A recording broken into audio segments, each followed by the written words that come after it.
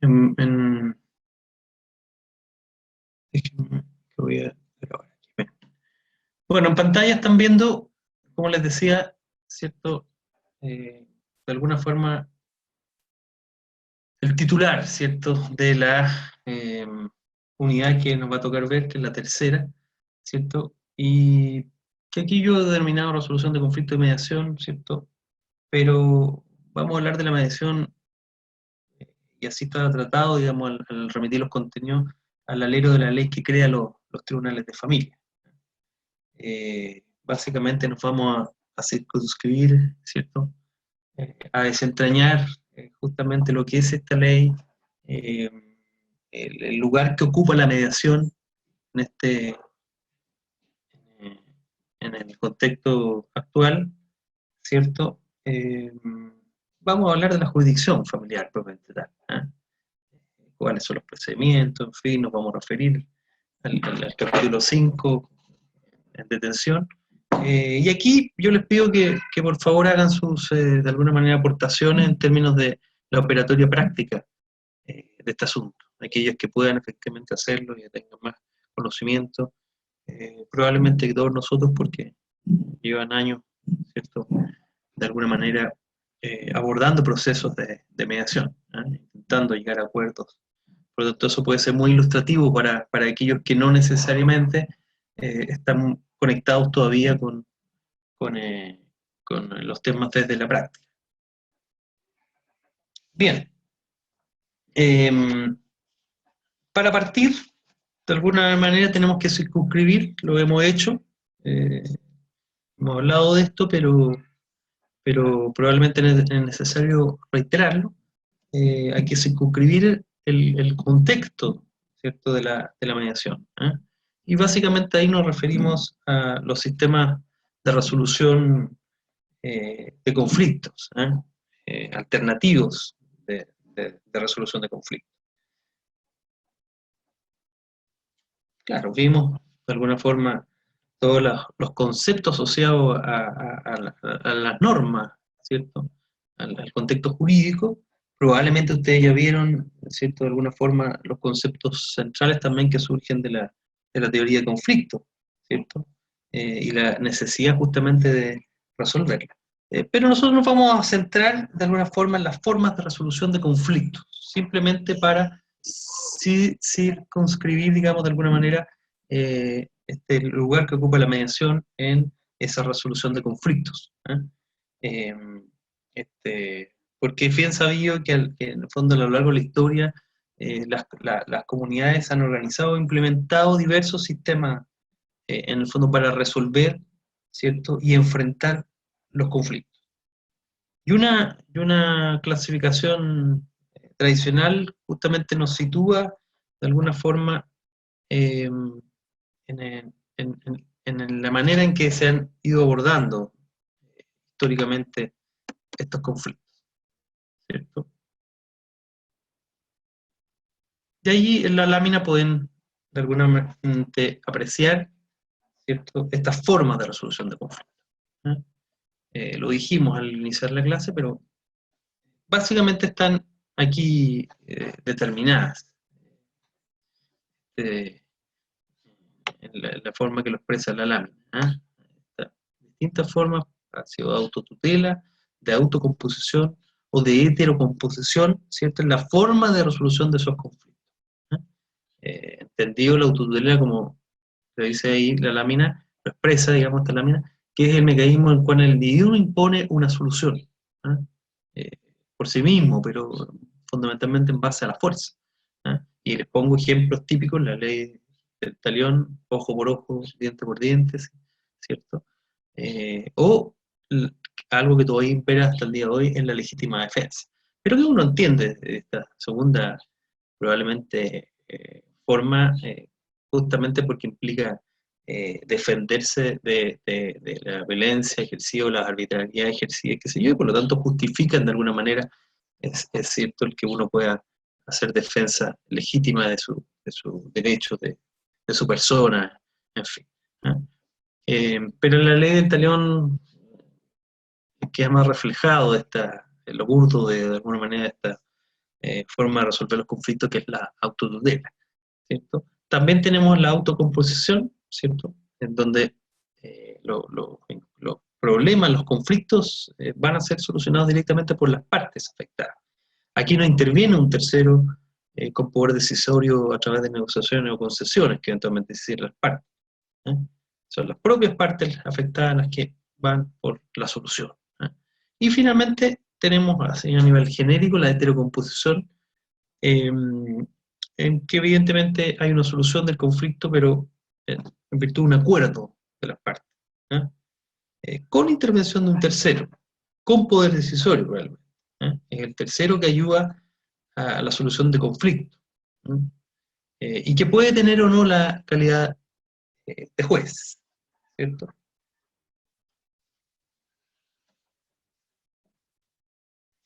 A esta última, evidentemente, categoría corresponden los sistemas tradicionales, los cuales efectivamente no han resultado del todo eficientes para resolver, ¿cierto?, los conflictos societarios que se presentan.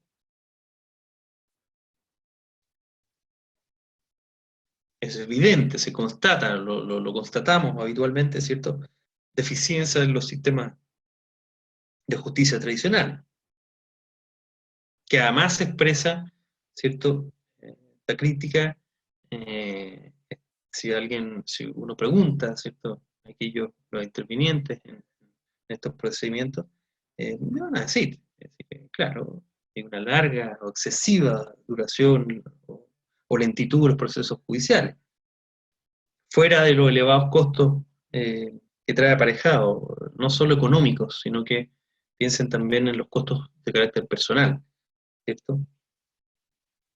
Evidentemente para las partes que están involucradas en el conflicto sometido a decisión judicial.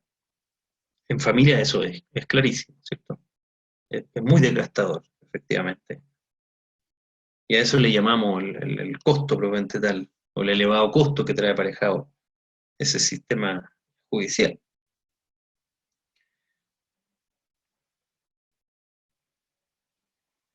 Otra crítica que podríamos hacerle al sistema de justicia tradicional es que siempre va a intervenir desde una perspectiva de imperio, desde el poder. Esta sentencia que dicta, ¿cierto?, un juez debe ser observada por quienes participan en el proceso, cumplida, pero no solo eso, se establece siempre, en definitiva, que va a haber un ganador y un perdedor en un determinado juicio. Y lo que ha ido ocurriendo también, ¿cierto?, que por la naturaleza de los conflictos, piensen en familia, donde es muy evidente, el sistema judicial no puede resolver todos los conflictos que se suscitan, ¿cierto? Es más, solo puede resolver aquellos que efectivamente están regulados por ley. Entonces, ¿qué sucede? Entonces, la pregunta evidente con aquellos conflictos que afectan a diario a las personas y las comunidades y que no tienen una respuesta en el sistema. Entonces ahí la gente empieza, de alguna manera, a opinar que existen grados importantes de impunidad, ¿cierto? Nos hemos dado cuenta en el último tiempo. Muchos delitos, por ejemplo, que no están necesariamente contemplados en ley, y que hace que, efectivamente, al final, los responsables o los delitos queden o gocen de absoluta libertad, no sean responsabilizados. Y hoy día se ve bastante, ¿cierto?, esta rabia que de alguna manera se ha incubado porque el sistema no da una respuesta objetiva. Hay muchos temas además, ¿cierto?, que no pueden necesariamente ser resueltos, que no son resueltos por los tribunales en materia de familia. Es decir, hay aspectos que no necesariamente pueden traerse a colación, pero que en un proceso de mediación efectivamente están presentes y se respetan y se evidencia una posibilidad de resolverse. Pero ese vacío normativo es el que de alguna manera, inspira a que se desarrollen nuevas formas de solución de la conflictividad social. Y ahí surge lo que nosotros denominamos sistemas alternativos de resolución de conflicto o de controversia, o medios alternativos de resolución de controversia, que no son sino esos procesos, ¿cierto?, alternativos al procedimiento judicial, disponibles evidentemente para la resolución de conflicto, y en los que más que imponer una solución, se permite en definitiva a las partes crear su propia solución.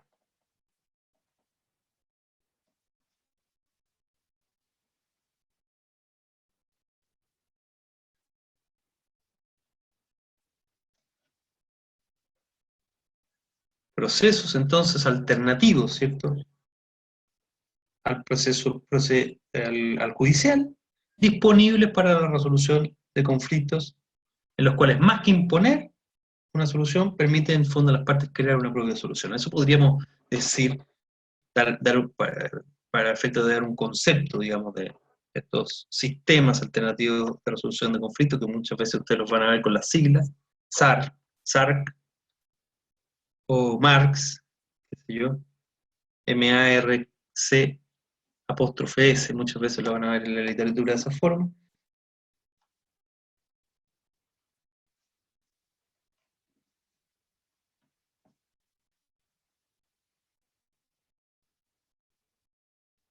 Podríamos decir, ¿cierto?, que en su mayoría estos procedimientos, estos procesos, estos sistemas, estos medios alternativos no son confrontacionales, son voluntarios,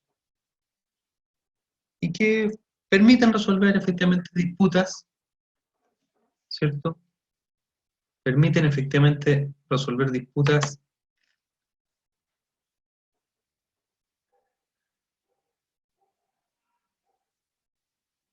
en contraposición, de acuerdo a los sistemas judiciales y litigiosos que implican siempre métodos que son de carácter adversarial.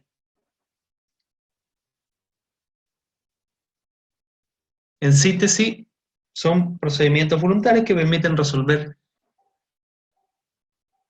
conflictos, disputas, inconvenientes, como quieran llamar, colaborativamente.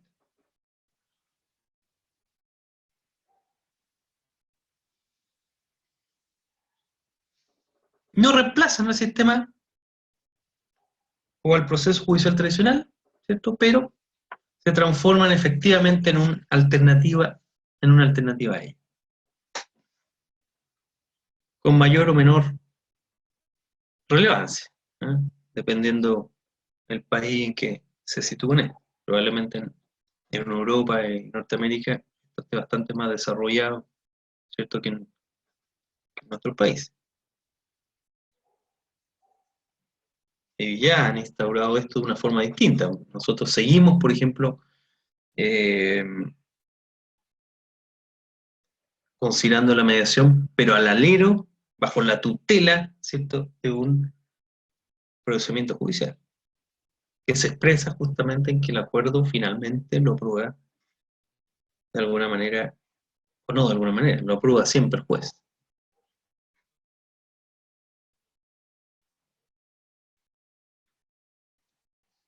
En otros países se han establecido justamente estos sistemas alternativos sin necesidad de la validación de un tribunal. Están perfectamente reconocidos por el derecho, están perfectamente reconocidos como una forma de hacer justicia, que va a quedar a la decisión, por cierto, de las partes. Pero el sistema jurídico lo consagra y por lo tanto se transforma efectivamente en una alternativa, efectivamente una forma de gestionar adecuadamente ciertos conflictos. Digo, sin renunciar a la justicia tradicional, porque también es un derecho poder acceder a ella, pero efectivamente debemos reconocer cuál es nuestra realidad. En Argentina, muchos de los estados hoy día es una realidad. Hay una ley general de mediación, ¿cierto?, que permite que los conflictos puedan resolverse en sede distinta del tribunal. En Estados Unidos, Canadá, pasa exactamente lo mismo. Solo aquellos casos que no se resuelven por estas vías, ¿cierto?, pasan efectivamente al sistema judicial. Probablemente los delitos de mayor connotación, incluso.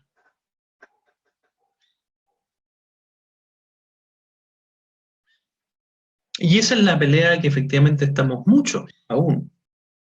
Es decir, que ya ha pasado un tiempo prudente, ¿cierto? A lo mejor era necesario en esta primera etapa que en una sociedad que tiene una carga normativa importante, por lo tanto le iba a ser difícil de alguna manera asumir el nuevo paradigma. Claro, que se circunscribiera al anhelo del proceso judicial. Yo siempre estuve en desacuerdo en todo caso. Había, de alguna forma, evidencia importante que permitía sostener que, a todas luces, el proyecto de piloto del Ministerio de Justicia demostró fehacientemente que no era necesario que ingresara necesariamente la causa a un tribunal, que se validara por esa vía. Además, es una forma de legitimar, en el fondo, el acuerdo de las partes, ¿cierto? El hecho de que lo hayamos empoderado, que se hayan hecho corresponsables del proceso de resolución de conflictos, que hubiesen, ¿cierto?, llegado a un acuerdo. Entonces, que después el juez tenga la última palabra es una cosa que a mí al menos no me gusta, no me sigue gustando.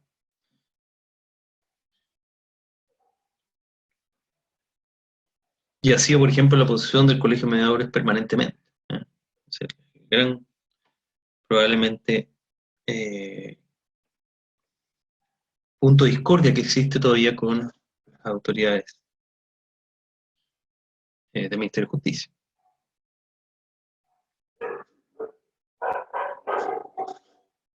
Bien.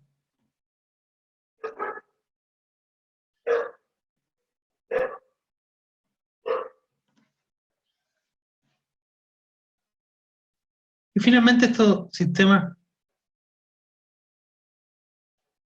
claro, lo que dice Leila es real.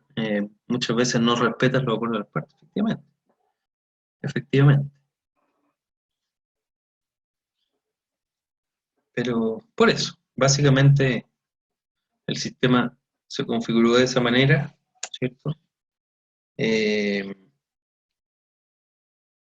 bueno, pero crecientemente se ha ido incorporando estos mecanismos con más fuerza. Nuestro país no es una demostración de aquello, pero bueno, a veces la experiencia comparada nos sirve para entender que en algún minuto esto se va a consolidar adecuadamente. Fundamentalmente porque ha permitido, ¿cierto?, los mecanismos de gestión colaborativa han permitido corregir falencias de los procedimientos judiciales,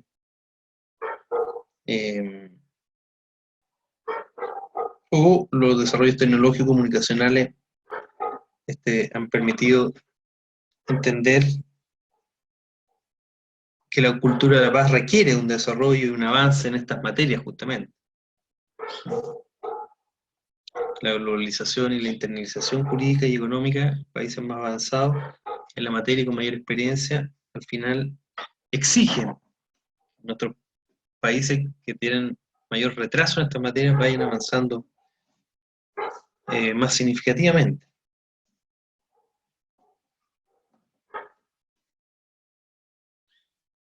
Fundamentalmente porque se ha ido cambiando, ¿cierto?, la concepción sobre el rol de la organización de la sociedad civil y del Estado.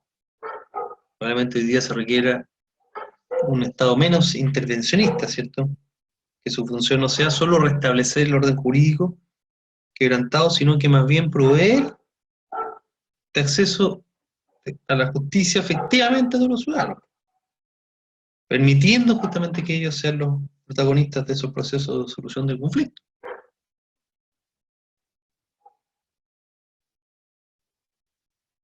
Permitiendo, ¿cierto?, que puedan resolver esa conflictividad de una forma eh, más creativa.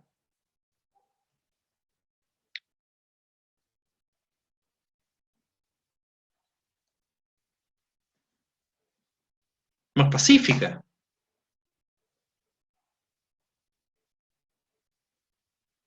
O sea, la forma en que las personas resuelven sus conflictos, en mi opinión, demuestra o denota el grado de madurez que efectivamente tiene una sociedad.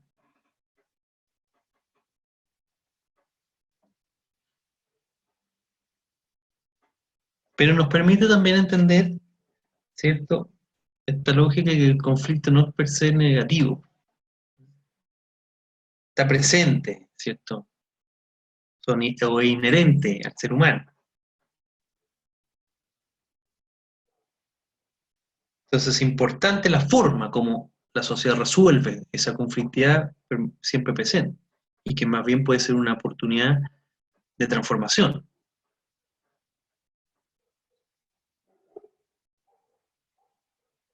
También porque estos mecanismos alternativos de resolución de controversia lo que hacen es promover, ¿cierto?, concretamente ese acceso a la justicia como un derecho humano fundamental, la creación de una cultura de la paz,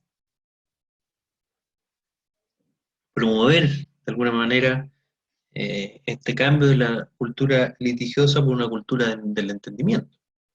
Por eso hablamos de una sociedad más madura, más desarrollada.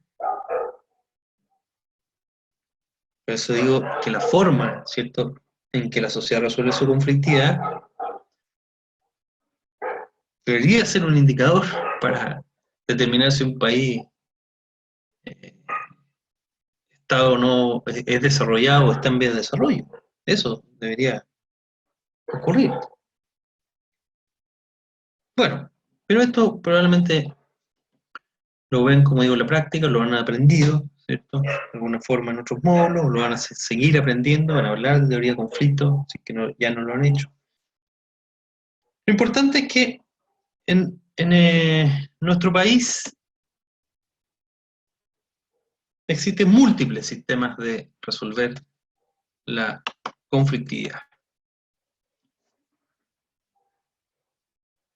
Básicamente, la lámina, ¿cierto?, siguiente expresa cuáles son esas formas de resolución de conflicto, cómo están regulados esas formas en nuestro país.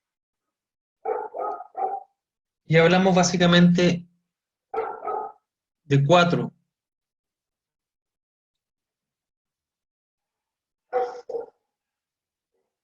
formas de resolver esa conflictividad.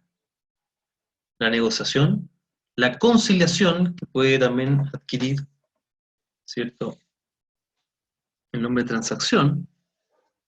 Transacción es un contrato civil, ¿eh?, regulado y que permite, ¿cierto?, a las partes hacerse concesiones recíprocas. Conciliación cuando está en sede judicial, ¿eh?, la fase de arreglo que pone un juez en los distintos procedimientos. También, ¿cierto?, está consagrado el arbitraje, o llamado también compromiso. Y por ¿cierto?, la mediación.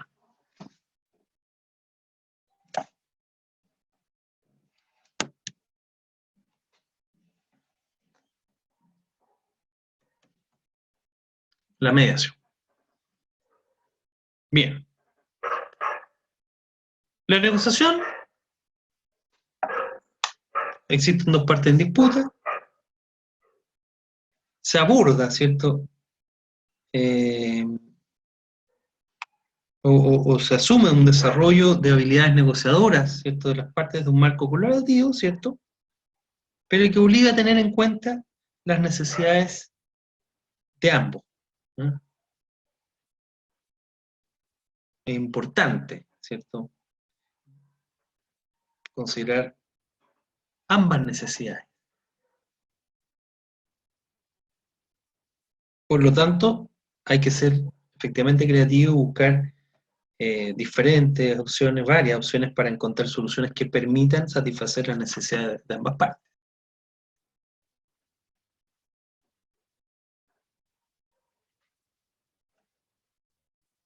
Por lo tanto, aquí estaremos empoderando, ¿cierto?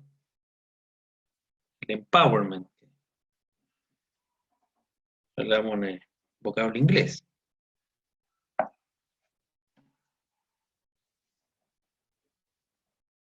Es un método efectivamente interesante, porque eh, no solo empodera a las personas, sino que además las hace más solidarias, tolerantes. Aquí es importante el respeto al otro, o sea, no debe solo existir un discurso retórico. No se trata, ¿cierto?, de un otro intangible, sino de un otro distinto, concreto, que tiene necesidades y sentimientos.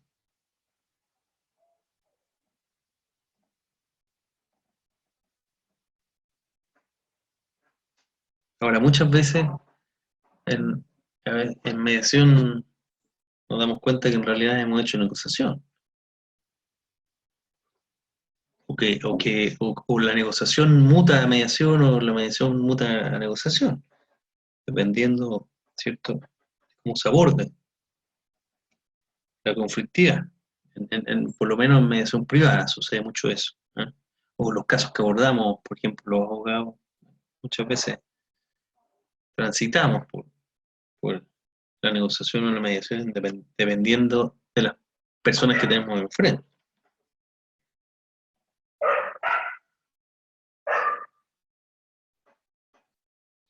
Pero cualquiera sea la visión que se tenga de la negociación, evidentemente estamos proporcionando a las personas una herramienta mucho mejor o más civilizada que la resolución de disputas a través de la aplicación de la ley del más fuerte.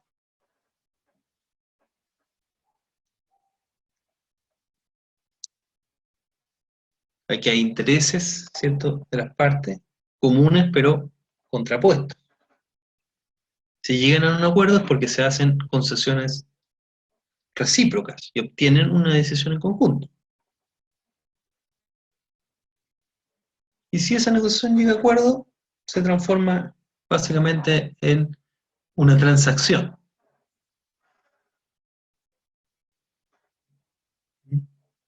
Y termina esa negociación a través de un contrato solemne, donde se expresa ese acuerdo negociado.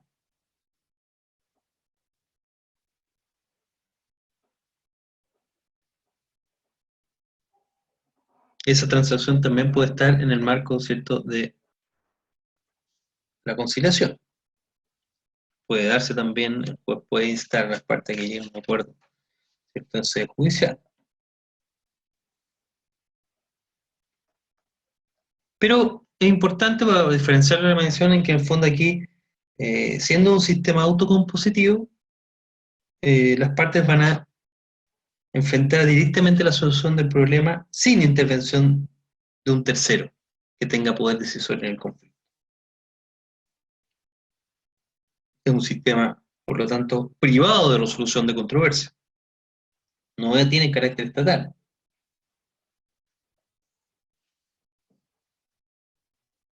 Las partes pueden negociar directamente entre ellas. Pueden también designar abogados que los representen en esa negociación. Es lo que los abogados, por ejemplo, realizan en materia de familia. ¿Eh? Primero que buscamos negociar el acuerdo con la contraparte.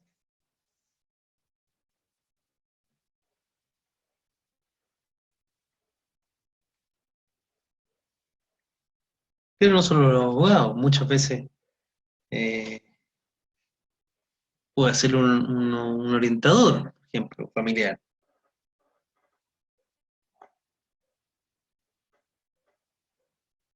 El Instituto Chileno de Terapia Familiar, por ejemplo, se da mucho esto, intervienen personas que no necesariamente son mediadores.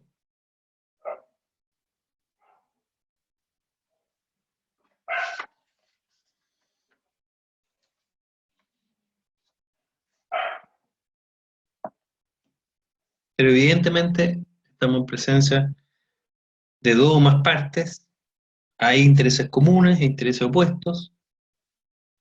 Las partes deben tener alguna dosis, ¿cierto?, de poder, de empoderamiento, y buscan directamente, ¿cierto?, solución a sus disputas mediante, sin la intervención, perdón, de un tercero.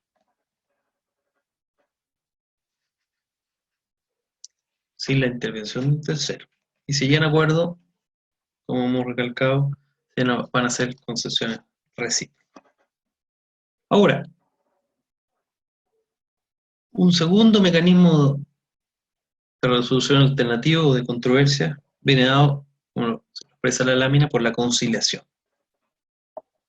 Y la conciliación está definida también como un método alternativo de resolución por el cual un tercero que puede o no ser juez asiste a las partes para que puedan, mediante el diálogo, resolver sus diferencias.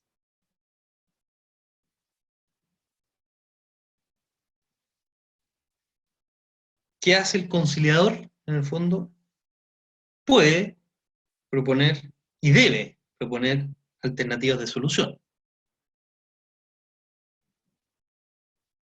las que podrán ser o no aceptadas por las partes.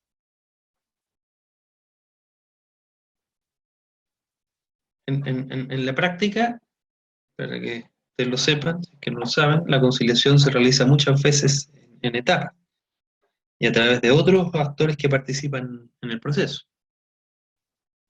Piensen, por ejemplo, en el marco de los tribunales de familia, eh, en los consejeros técnicos, quienes normalmente asesoran al juez, ¿cierto?, en forma previa o simultánea a la realización de las audiencias de familia.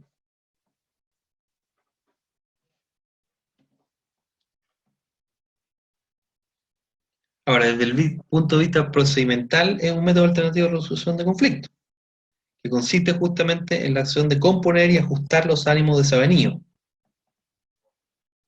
Como procedimiento judicial, supone, en el fondo, la solución amigable de un proceso con la presencia e intervención directa del juez, quien llama a las partes y propone las bases para un acuerdo.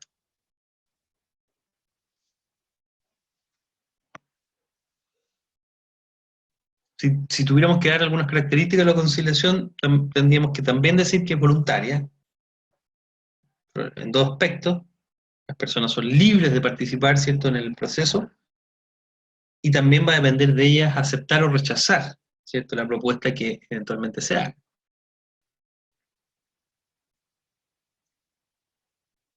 Es autocompositiva, en la nomenclatura que hemos visto al principio,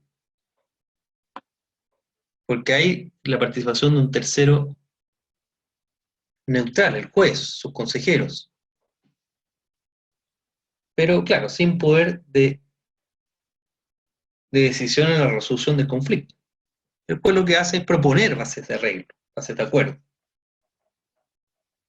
pero sin que estas propuestas tengan, en definitiva, las características de una resolución judicial. Ahora, no es un sistema privado de resolución de controversias, es más bien un sistema estatal, pues se lleva a cabo a través de un juez, es un representante, ¿cierto?, un poder del Estado. El juez el que actúa como tercero neutral y aceptado, ¿cierto?, por ambas partes, hace propuestas para la solución del conflicto.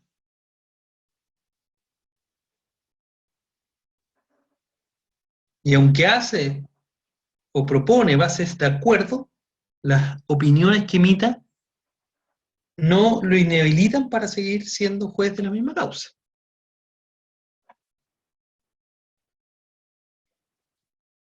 Y eso es complejo. Porque en materia laboral, por ejemplo, estas bases de arreglo que se proponen uno como abogado sabe que en el fondo es lo que va a dictaminar el juez posteriormente.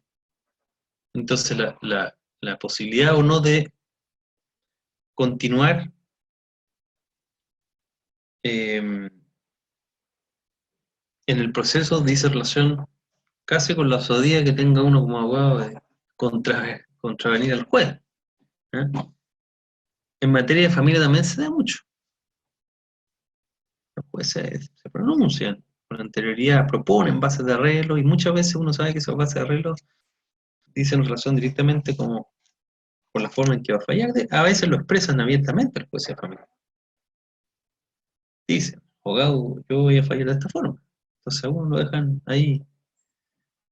Y uno como abogado lo entiende que efectivamente esa va a ser la resolución del tribunal. Entonces tiene que salir con su parte, explicarle, mira, esto no va a variar, por lo tanto deberíamos aceptar esta base de arreglo. O en realidad plantearle abiertamente, mire, esto es lo que ha expresado el juez, probablemente esa sea efectivamente la, la vara con que va a actuar en su fallo, pero eso no obsta, digamos, a que podamos controvertir, demostrar fehacientemente que también está equivocado en su apreciación, apelar eventualmente después a una resolución del juez, en fin.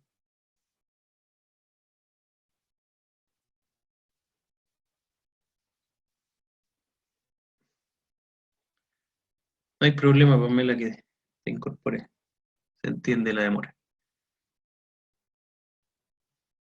Exprésale a Lorena también mi solidaridad con lo que le está ocurriendo. En fin, sigamos adelante.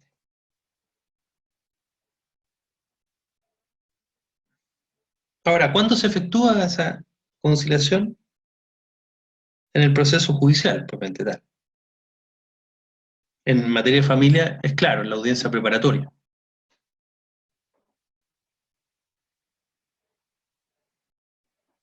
Y si las partes efectivamente llegan a un acuerdo, se va a firmar un documento que va a ser llamado avenimiento o transacción, y el que tiene valor de sentencia. Si evidentemente las partes no llegan a un acuerdo, ¿cierto?, van a continuar con la tramitación del proceso en que estaban participando. Esto fue un problema inicialmente porque los jueces ganaban un bono. Entonces eran enemigos de la mediación porque efectivamente la mediación se estaba metiendo en su ámbito y en la posibilidad objetiva de que ellos pudiesen lograr un acuerdo por esta vía. Según ellos, esto ya no es efectivo, pero siempre caben dudas. Por eso que hubo necesidad de establecer la mediación con carácter previo, por lo menos en ciertas y determinadas materias. Pero obedeció más bien, ¿cierto?, a la forma en que se comportaron los tribunales de familia originalmente. ¿Eh? No sé si les comenté, si no se los comento, pero efectivamente todos los estudios que hizo el Ministerio de Justicia inicialmente eh, respecto al ingreso total de causas que iban a entrar en el año 2005 o entrar en vigencia la ley, ¿cierto? Decían que no sobrepasaban las 198.000 causas, bueno, al año. Y claro, en los primeros 3 meses esa cifra se había prácticamente triplicado.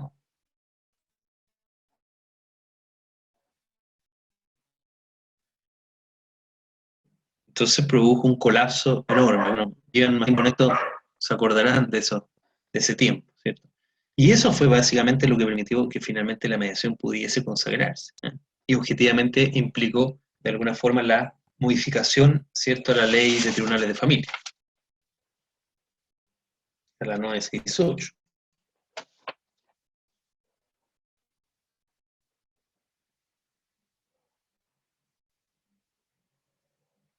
Ahora, la conciliación no es una figura nueva en la legislación chilena.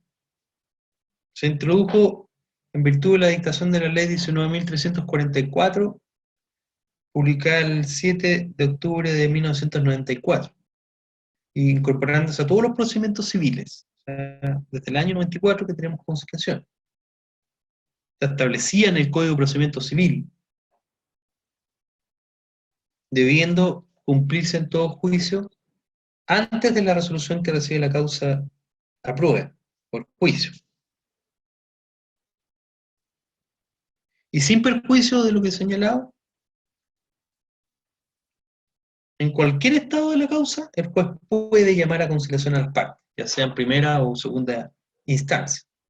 Por lo tanto, puede proponerles bases para que lleguen a alguna regla, tratando justamente de obtener un avenimiento total o parcial del litigio.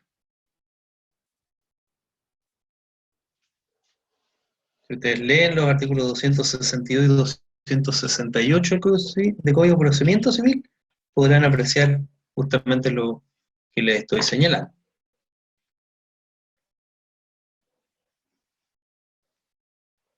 Y esto tiene relevancia porque conforme, ¿cierto?, a lo dispuesto en esas normas, podríamos decir que la conciliación en el derecho chileno constituye la regla general.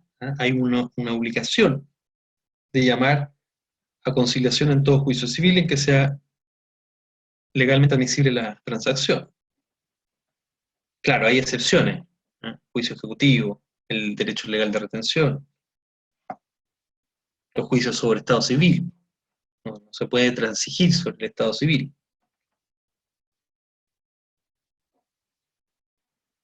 O sobre el orden público, los juicios de Hacienda, en fin, hay algunas excepciones efectivamente a esta regla general.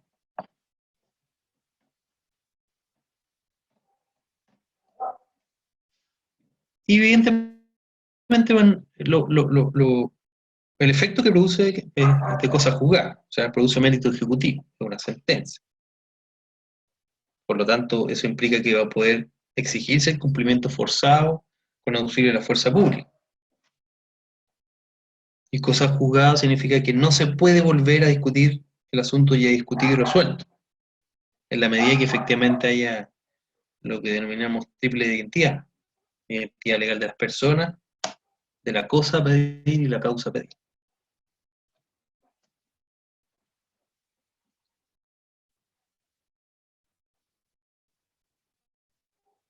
En doctrina, por si acaso, conciliación y avenimiento son lo mismo. Lo que pasa es que la conciliación, se habla de conciliación cuando está circunscrita o se produce en la instancia judicial que corresponde. Pero bueno, lo que quiero dejar claro es que la conciliación efectivamente es un mecanismo de resolución alternativo de conflictos regulados en nuestro país. No solo en el Código de Procedimiento Civil, en la Ley de Matrimonio Civil lo observamos también, la 19.947. En la ley que crea los noches de una de familia, también sabemos que efectivamente el juez puede proponer bases de arreglo. En materia penal también. Piensen bueno, a partir de la reforma procesal, por supuesto, penal, los acuerdos reparatorios. También es una forma de conciliación. El plan auge, también, que es la ley 19.966, también contempla, ¿cierto?, la conciliación como parte de los procedimientos. La nueva ley de arbitraje comercial internacional también lo contempla. La ley de protección de los derechos de consumidores también expresa, ¿cierto?, una instancia de conciliación. La ley de responsabilidad penal juvenil. La ley en el ámbito laboral también, en el procedimiento laboral está la conciliación. En la ley 19.253, que es aquella que establece todas las normas sobre protección, fomento y desarrollo indígena, y crea justamente la Comisión Nacional de Derechos Indígenas, la CONADI.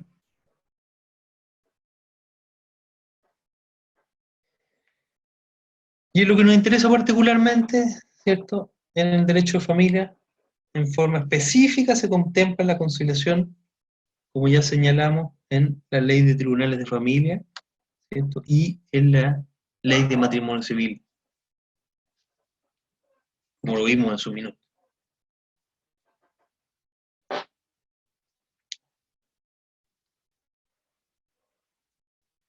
En la ley sobre tribunales de familia, la 1968, lo pueden estar expresado concretamente en el artículo 14,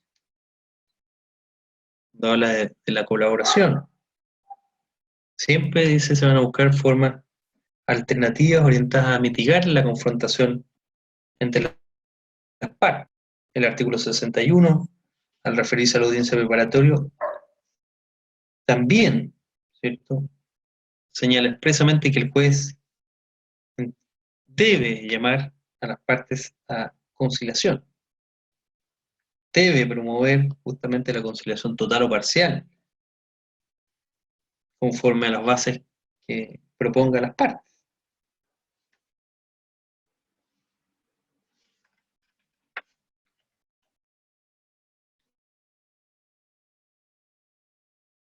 En la ley de matrimonio civil lo vimos a propósito de cuando los cónyuges, si bien es cierto, pueden comparecer personalmente, ¿cierto?, salvo en aquellos casos en que hubieran presentado una demanda de divorcio por cese de convivencia con un acuerdo.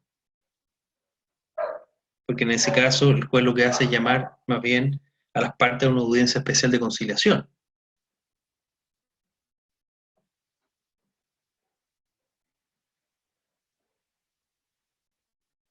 Bueno, en fin, tiene múltiples expresiones esta conciliación.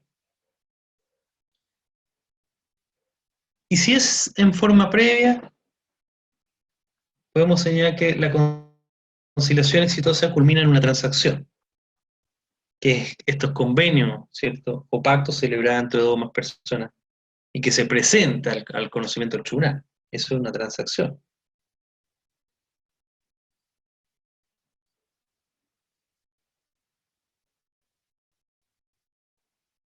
¿De acuerdo? ¿Qué es un contrato? La transacción es un contrato que está regulado en el Código Civil en el artículo 2446 y que justamente consiste en un acuerdo entre dos partes por el cual se manifiesta la voluntad de poner término extrajudicialmente a un litigio,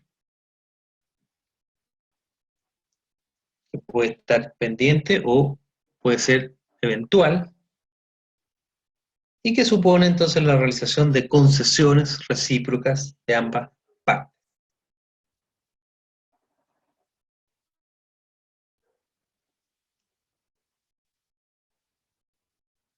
Segunda forma de resolución alternativa de conflicto, ¿cierto?, que está regulada efectivamente en el derecho chileno.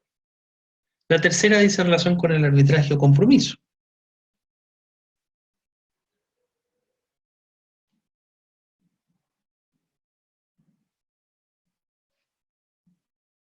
Que también es un método alternativo de resolución de conflictos en lo que acontece en los casos en que las partes no han logrado llegar a un acuerdo, delegando en el fondo expresamente su resolución a un tercero neutral, que es justamente el juez árbitro, en un proceso de carácter privado, ¿cierto?, por el cual las partes acuerdan entonces que un tercero neutral resuelva ese conflicto.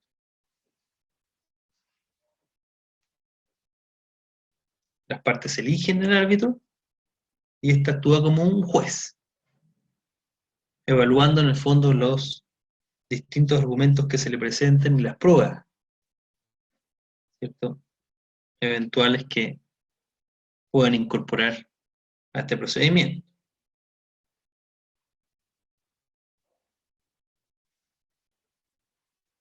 Que evidentemente va a terminar, ¿cierto?, con un acuerdo de las partes o, si no hay acuerdo, que promueve también el juez árbitro, va a terminar con una sentencia o laudo arbitral, se llama. dictada justamente por este juez árbitro, por este tercero que interviene dado que las partes no arribaron a un acuerdo.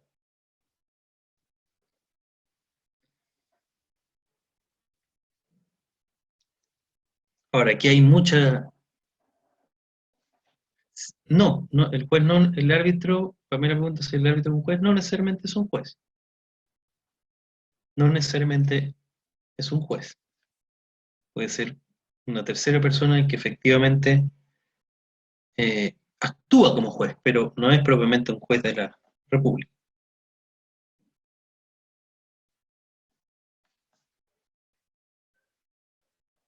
Hay un procedimiento especial del nombramiento de ese árbitro, pero hay clases de árbitro. ¿Eh? Hay árbitros de derecho que son abogados, ¿sí?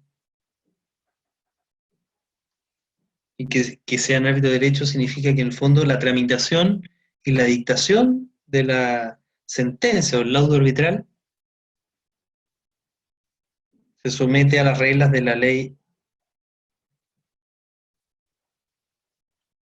establecida por los jueces ordinarios.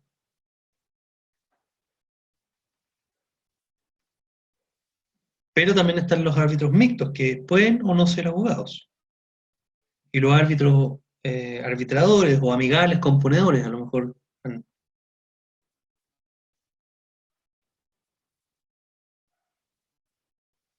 que también tienen libertad en la tramitación del juicio arbitral, pero deben cumplir ciertas reglas legales en la dictación de la sentencia.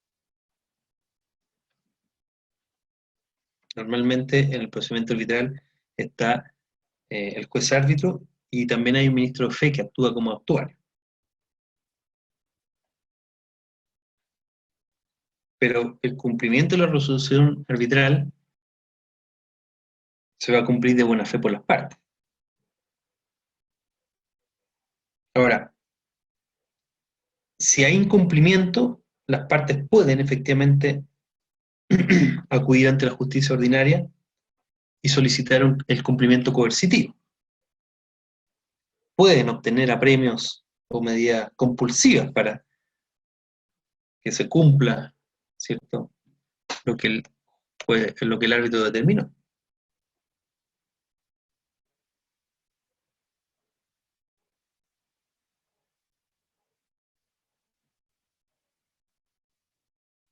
Por regla general, además, la sentencia que emite un juez árbitro es apelable,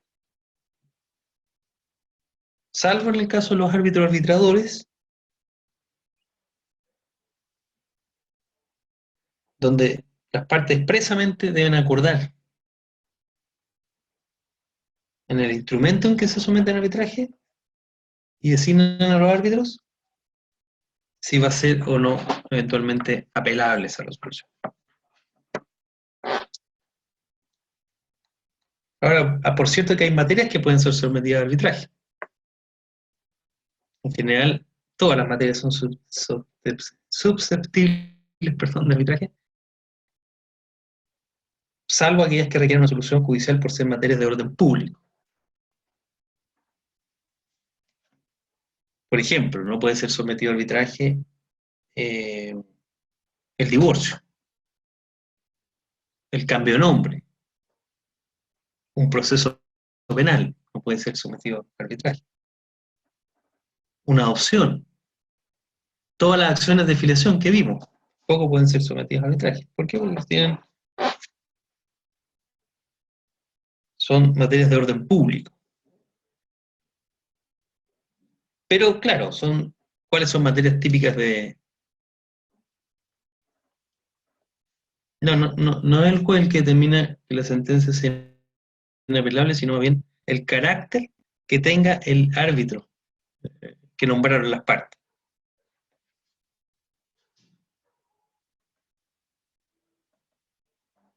Porque igualmente ellos tienen que, como les dije, cumplir ciertas reglas legales en la dictación de la sentencia.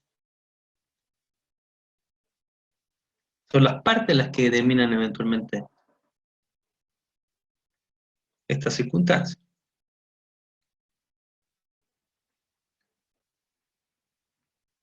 y como por lo tanto están sometidos, ¿cierto?, a reglas o normas legales, estas normalmente contemplan la apelación como, o la segunda instancia en el proceso.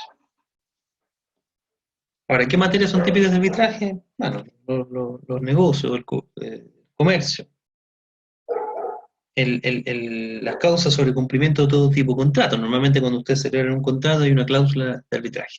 Y muchas veces se determina en ese contrato que la persona es el árbitro, o eventualmente las partes tienen que ponerse de acuerdo, o si no se ponen de acuerdo, ¿cierto?, recurren a la justicia ordinaria para poder determinar la persona el árbitro. Ahí sí lo nombra el juez. Es una nómina de árbitros que normalmente tienen los tribunales. La repartición de una herencia, la partición, ¿cierto?, en materia de realizar arbitraje forzoso. La liquidación de una sociedad conyugal. Y todas las referidas normalmente a arbitraje internacional. El uso de aguas internacionales, la fijación de límites internacionales. Bueno, hoy día el arbitraje internacional es el sistema de solución de conflictos comerciales internacionales más utilizado, ¿cierto?, a nivel mundial. O es que la complejidad justamente de los negocios transfronterizos hace necesario que los eventuales conflictos derivados justamente de estos sean resueltos por personas que conocen dichas materias y en los plazos más breves posibles.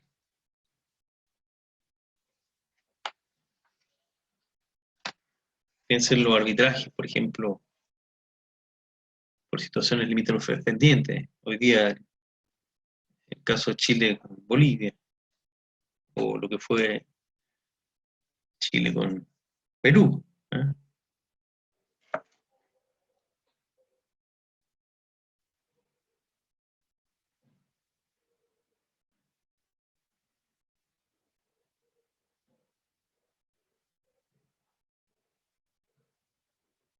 Piensen básicamente en la Corte Permanente de Arbitraje, que es un organismo internacional que tiene su sede justamente en La Haya, que nació en 1899. Así que imagínense desde cuándo existe efectivamente el arbitraje. Fue justamente producto de la primera conferencia de la paz que hubo en La Haya, en Holanda.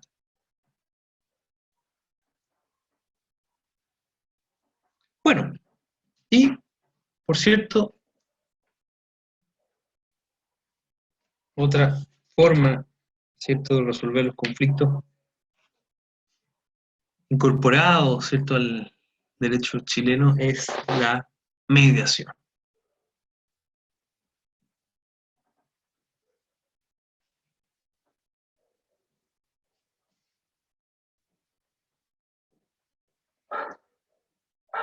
Que también podríamos decir que tiene larga data, ¿no?, siendo el conflicto parte de la naturaleza, ¿cierto?, de del hombre, de las personas, ¿cierto? Los seres humanos han mediado, o han sido mediadores, o han sido mediados por otros desde tiempo inmemorial.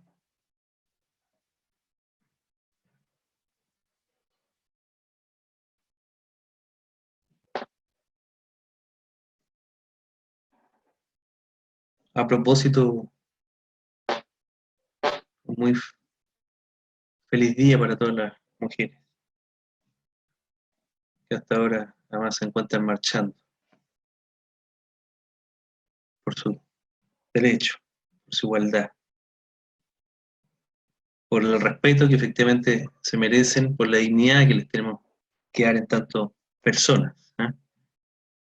Perdonen por haberlo obviado, pero debería haber partido por eso.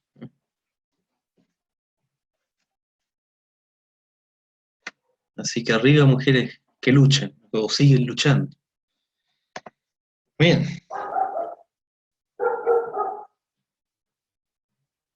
Uno no se cansa de decir, en fondo, que la mediación que la actividad mediadora forma parte de nuestro ser social.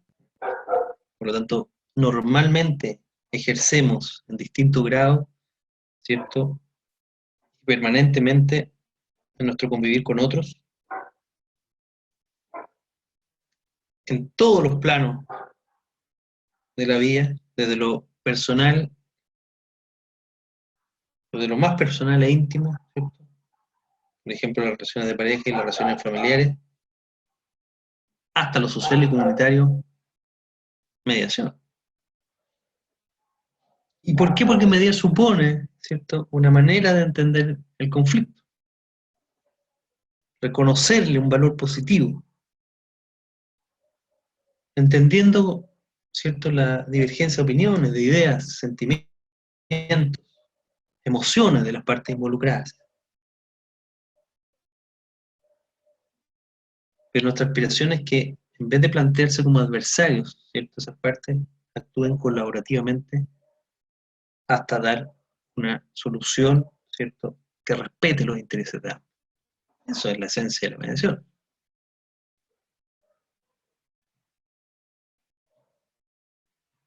A veces quedamos chicos en las definiciones que damos respecto a la mediación.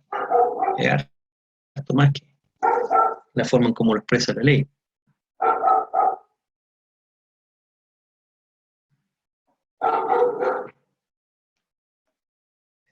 Este método alternativo de resolución de controversia o de conflicto, ¿cierto?, por el cual un tercero llamado mediador, un facilitador, en definitiva, sin poder decisorio, ayuda a las partes en conflicto para la obtención de un acuerdo.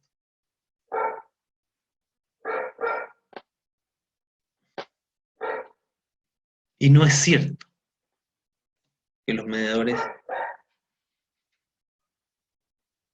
¿cierto?, ejerzamos, ¿cierto?, la mediación solamente para la obtención de acuerdos. ¿Cuántas materias más vemos efectivamente al momento de asumir una mediación?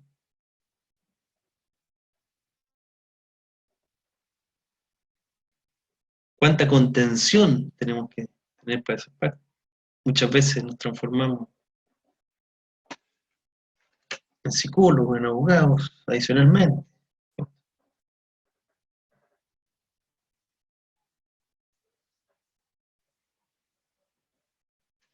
Entonces es importante justamente destacarlo. No pueden, ¿cierto?, mirarse la mediación solo de las ventajas cuantitativas que ésta produce, sino que básicamente respecto a las ventajas cualitativas que el proceso de mediación provoca.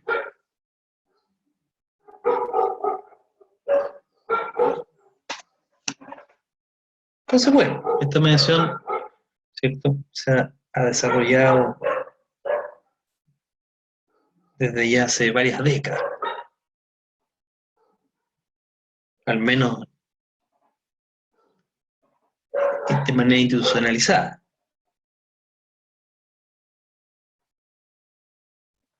En Europa y Estados Unidos, por ejemplo, comenzó a popularizarse la mediación a partir de la legalización de la separación y el divorcio conyugal.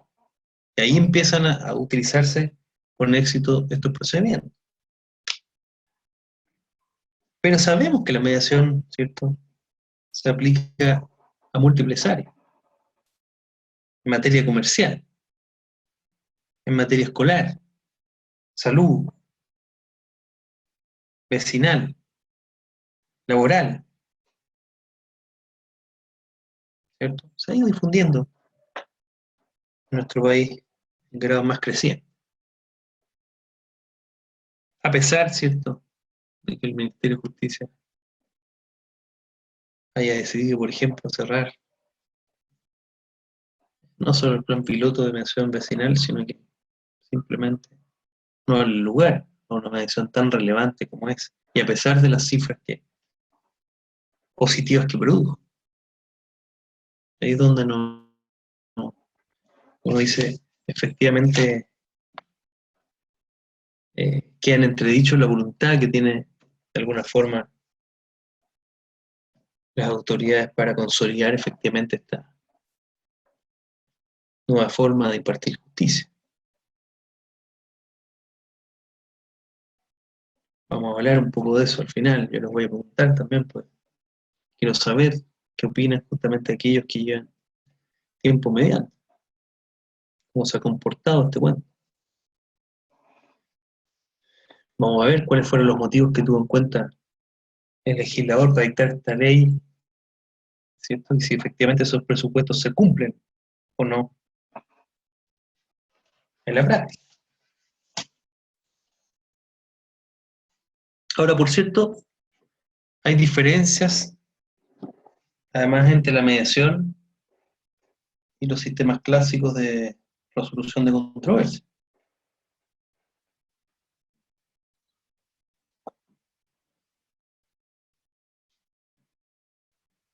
Por ejemplo, si tomamos el sistema judicial como representante de los sistemas de resolución de conflictos adversariales, vamos a notar importantes diferencias.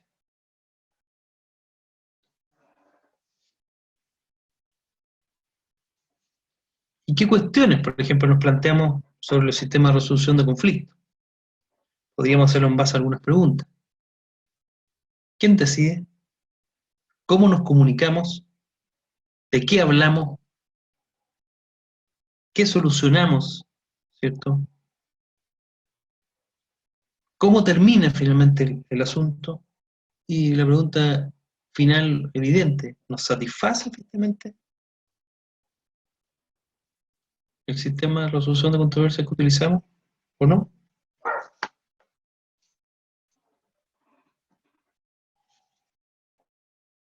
Claro, respecto a la primera interrogante, ¿quién decide? En un proceso judicial,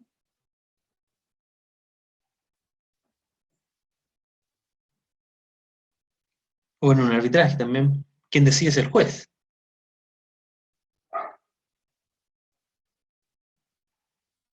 Una persona decide por las partes según normas, según leyes, o eventualmente el buen entender de esa tercera persona que participa de estos sistemas de gestión. Las partes o el carácter de voluntariedad queda un poco en entredicho, ¿cierto? Porque las partes, por así decirlo, están obligadas por ley imperante en ese momento.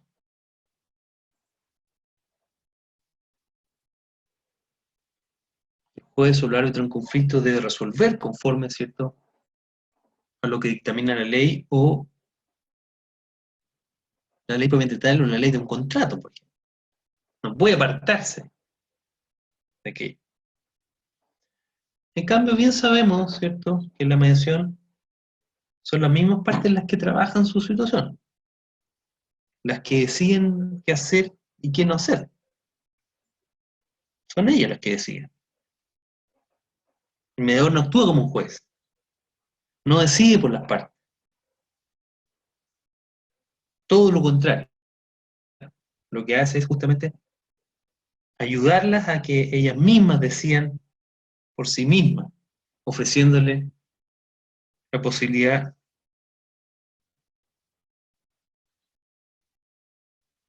de que sean ellas, a través de este empoderamiento, empowerment, ¿cierto?, las que gestionen su situación por ellas mismas. Y es importante tener en cuenta esto, estimados y estimadas alumnos. Es muy importante tener en consideración lo que se está diciendo con esta diferenciación. No solo porque es la esencia, ¿cierto?, de la mediación, sino porque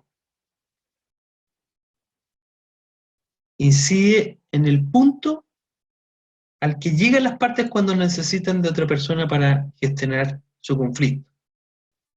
Y se le ofrece las dos alternativas, el sistema judicial o el proceso de mediación. O sea, el mediador debe ser consciente del esfuerzo que supone a las personas decidirse por acudir a un proceso de mediación, donde serán ellos, ¿cierto?, los protagonistas, donde tendrán que trabajar con ellos mismos y con la otra parte, a la que no hay que olvidarlo, ven muchas veces como, o la mayor de las veces, como un enemigo a batir y cuyos intereses ven incompatibles con los suyos. ¿De acuerdo? Importante diferencia en relación a un proceso judicial, gerencial clásico o el arbitraje. ¿Eh? ¿Se entiende eso, no?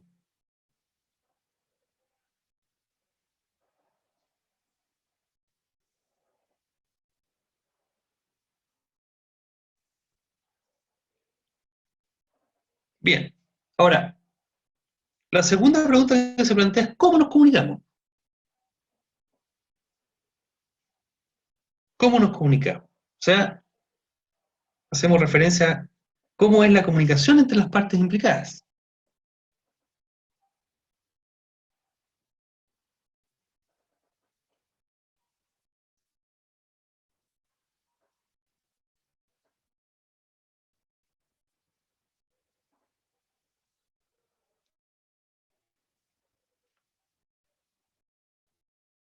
¿Implicada en qué? En una situación conflictiva, ¿cierto? Pero miren cómo el propio lenguaje muchas veces moldea nuestro pensamiento. Porque la palabra que utilizamos para definir que dos personas están inmersas en una situación es la de implicadas, lo que conlleva una connotación eminentemente procesal. En mediación, evidentemente, reformulamos continuamente los términos, el lenguaje, por lo tanto, la implicación a la implicación de los mediadores la llamamos participación.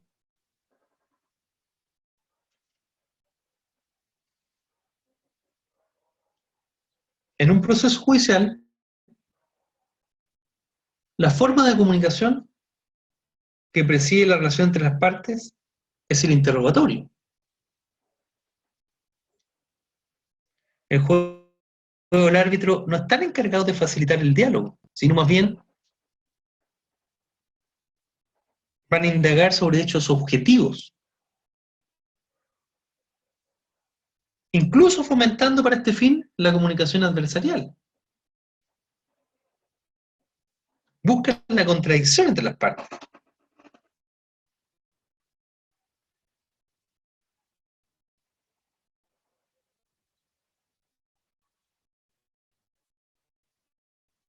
¿Se entiende? O sea, fomentan lo adversarial,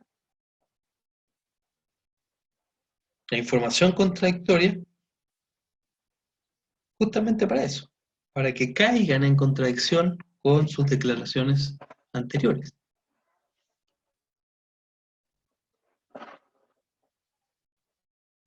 Entonces, claro, los abogados decimos, en realidad lo que importa en juicio es la verdad procesal,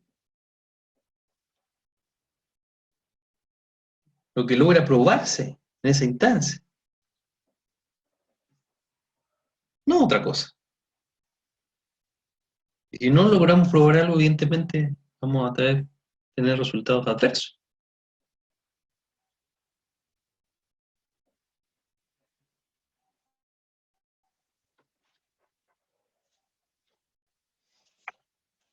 ¿Sí?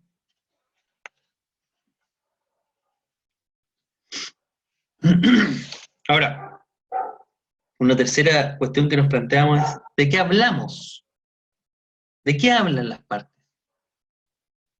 ¿De qué hablan en el proceso judicial? Las personas hablan del pasado, de lo que les piden otras personas, sean abogados, fiscales. En cambio, en términos de mediación, se dice que hablan las partes de las posiciones. Hablan del pasado, entonces.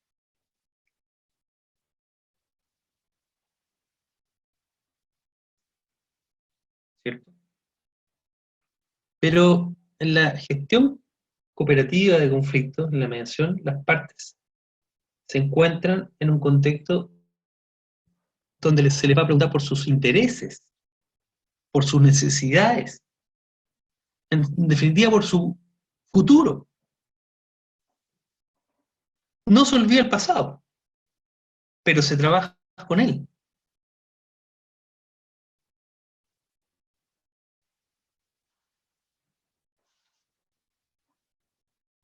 O sea, en un conflicto, a ver, aclaremos un poco estos términos, pero que en el conflicto las partes traen una historia, ¿cierto? Que se compone de un pasado en el que le relatan las cuestiones o los temas negativos que han surgido en su visión del conflicto. A veces, ¿cierto? El mediador logra detectar sobre todos los conflictos de relación que hubo una historia pasada, anterior al conflicto, en que esa relación incluso fue hasta positiva. Es lo que llamamos antepasado, de alguna forma. Y entonces, claro, ¿qué va a suceder? Se rescata para saltar en la medida de lo posible, ¿cierto? Por encima del pasado y trabajar sobre el futuro, donde en definitiva el paso de posiciones a intereses se hace posible y por lo tanto se puede construir lo que nosotros denominamos una historia alternativa. Por lo tanto, el lenguaje, en lo posible, ¿cierto?, va a ir hacia el futuro. Las soluciones y expectativas están en el futuro. En los procesos de mediación hay que tener en cuenta que las personas en el fondo se encuentran cómodas en el pasado, aunque este genere sufrimiento. En una sesión de mediación, cuando más se deje hablar a las partes de su pasado, más se posicionarán en él y será más y más difícil cambiar el contexto. ¿Le ha acontecido eso? Por eso hablamos que las partes se sienten efectivamente cómodas en ese pasado.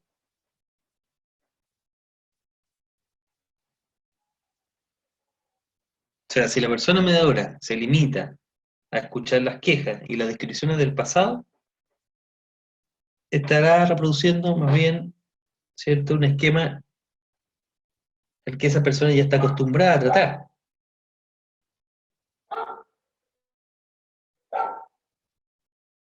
Se van a sentir, se sienten a gusto hablando del pasado. Pero en el fondo no la estamos ayudando a contemplar el futuro, a mirar hacia adelante. Y por lo tanto, la labor del mediador desde un primer momento justamente es trabajar en esto, en el futuro.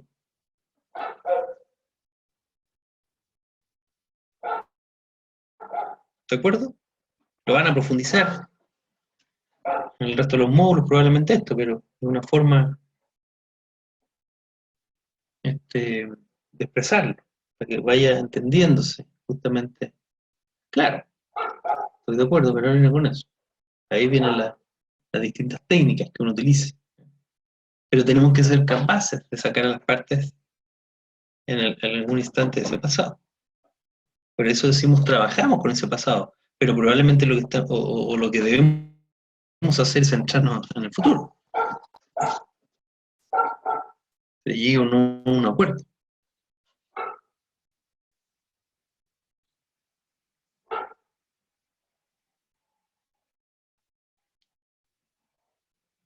Una cuarta cuestión que nos planteamos, ¿cierto?, dice relación con qué solucionamos. Pregunta muy importante.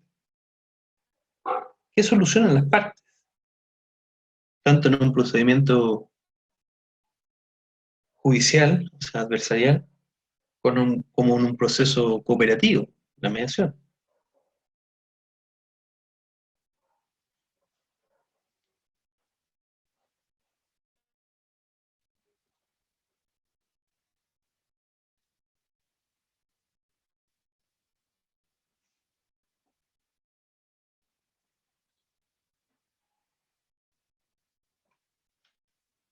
también tiene, ¿cierto?, una importante relevancia, determinar en qué nos vamos a centrar, efectivamente, qué vamos a resolver.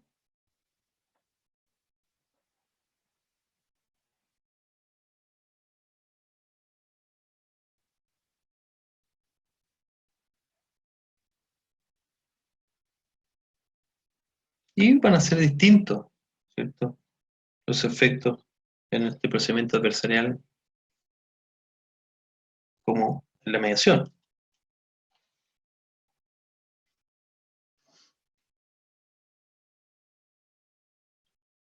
Y las cuestiones 6 o 7 que planteamos y cómo termina el asunto, y si realmente nos satisface, claro, está muy ligada a la posibilidad, ¿cierto?, de un acuerdo, de una solución a esa controversia,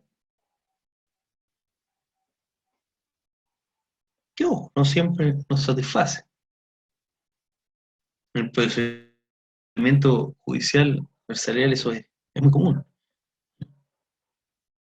Yo puedo ganar el juicio, mi parte puede ganar el juicio, sin embargo, su grado de satisfacciones probablemente no van a ser, habiendo pasado por el procedimiento judicial, muy sustantivo, porque el juez no nos va a dar nunca completamente la razón, nunca va a dimensionar, por ejemplo, para efectos de indemnizar un daño por juicio, ¿cierto? Nunca va a considerar lo que nosotros eventualmente consideramos debiese ser suficiente para efectos de quedar satisfecho, ¿eh? Piensa en la indemnización del daño moral, por ejemplo. ¿Cómo se comprueba eso?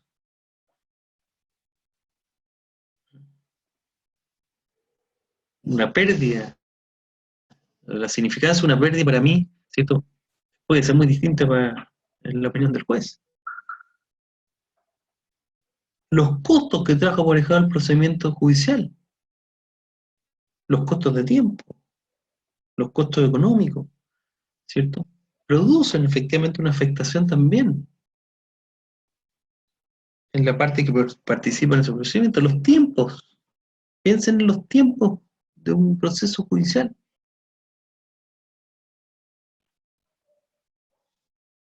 Entonces, si yo quería obtener, qué sé yo, A, es muy distinto obtenerlo inmediatamente que en 5 o 10 años.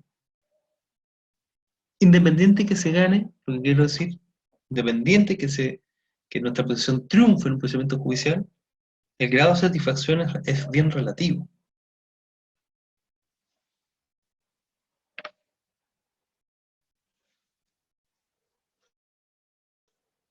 Entonces tiene importancia cómo termina el asunto.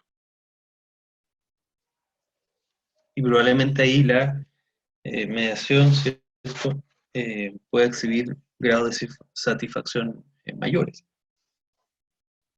Y estoy seguro que se obtendrían grados mucho mayores si es que efectivamente esta mediación no estuviera necesariamente a la ley de un procedimiento judicial. Porque muchas veces el procedimiento judicial, por la necesidad de adecuar ciertos acuerdos a lo estrictamente jurídico, hace que se pervierta la naturaleza del acuerdo.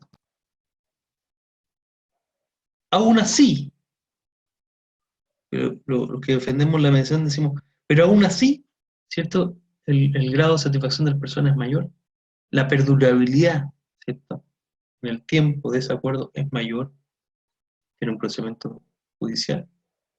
Los tiempos son menores, los costos asociados son menores. Entonces, ahí es donde no entendemos que la mediación se haya consolidado objetivamente como el modo de resolver las controversias sociales, los conflictos societarios. Eh, antes que cualquier otra forma de resolución de conflictos.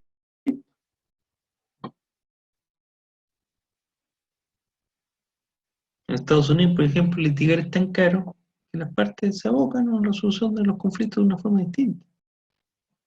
Pero además porque saben cuáles son esas ventajas, ¿cierto?, cualitativas de las que hemos expresado ahora, que no se refieren solamente, ¿cierto?, la posibilidad de arribar a un acuerdo, sino cuánto demora ese acuerdo, cuál es el costo de ese acuerdo, ¿cierto? El costo no solo económico, como decía, sino que también en tiempo. ¿Cuánto afecta, ¿cierto?, al núcleo familiar el extender esa conflictividad? En fin, en familia eso se advierte. Puede una de las partes obtener una sentencia favorable, pero ¿y el daño que se produjo entre medio? Fundamentalmente para los otros componentes, la familia, los niños, ¿cierto? El deterioro de esta relación, ¿cierto?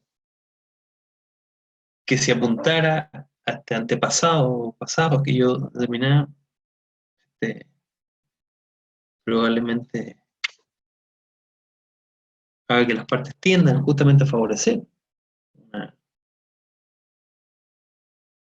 una situación de respeto permanente en el tiempo o de favorecer los intereses justamente de los hijos. En fin, eso ustedes lo entienden bien, aquellos que están dedicados ahí a la mediación. ¿De acuerdo?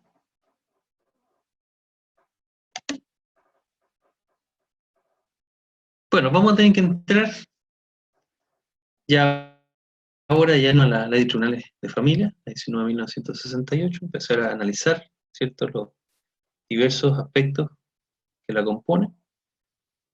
Vamos a profundizar justamente en la mediación y ahora propiamente tal, los principios o fundamentos que tiene esta mediación, las características propiamente tales,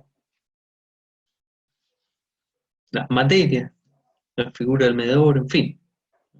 Esto ustedes ya conocen más, así que caso de mediación permitía, las prohibía, en fin, la forma en que se expresa en la práctica esto. Pero vamos a retomarlo, ¿cierto?, en la próxima clase. Vamos a dejar hasta aquí. Bueno, para darle tiempo además a los que todavía no se pronuncian en el foro que enviamos para que lo hagan, ¿eh? Hay un plazo perentorio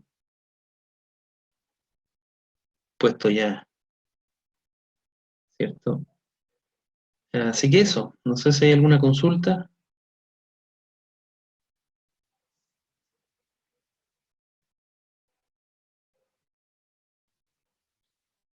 ¿no? ¿Algún comentario?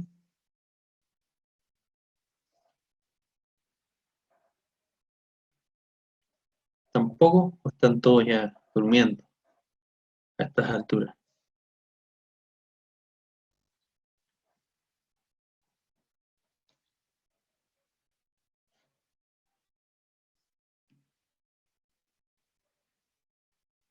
Gracias, Pamela. Pero vamos, la idea es que ahora estas clases justamente, se trata de que desentrañemos la realidad de la mediación, ¿eh? Así que es interesante que puedan ir haciendo su aporte, fundamentalmente los que llevan más tiempo en este cuento, ¿eh? A veces, bueno, yo me he tocado lidiar con la teoría y praxis, pero claro, desde la mediación privada es algo diverso, distinto. Pero la realidad es que viven fundamentalmente los mediadores están bajo el proceso de licitación, a veces es otra, ¿eh? Y lo que en teoría parece algo hermoso, no lo es tanto de la práctica, ¿eh? Y ese aporte puede ser importante para efectos de poder ir sugiriendo correcciones a los procedimientos. ¿Mm? Alguien pregunta en el foro.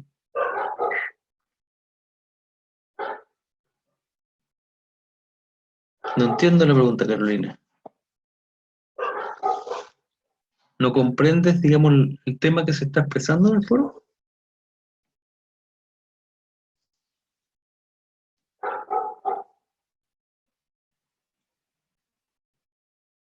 Mm, sí, así, efectivamente. Efectivamente hay muchos cambios, ¿eh? Eh, a mí me interesa también en esto que ustedes puedan contarnos, a los que no se dedican a la mediación, los que están aprendiendo, incorporándose por primera vez, y a aquellos que estamos un poco más alejados de lo que son la mediación lícita.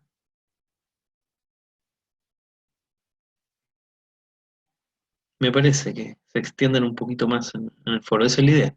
Entonces, vamos a incorporar otro foro durante la semana, ¿cierto? Eh, son evaluados, así que lo importante es que efectivamente puedan pensar y generar un proceso crítico al respecto, ¿eh? Y nada, pues, en fin, no lo agobio más porque deben estar todos cansados ya a esta altura, así que vayan a refugiarse ya en la familia. Dejamos hasta aquí entonces y nos vemos el sábado próximo, ¿de acuerdo? Que tengan muy buenas noches todos. Seguimos lidiando con la mediación ya en la próxima ocasión. Bien, un abrazo a todos. Adiós.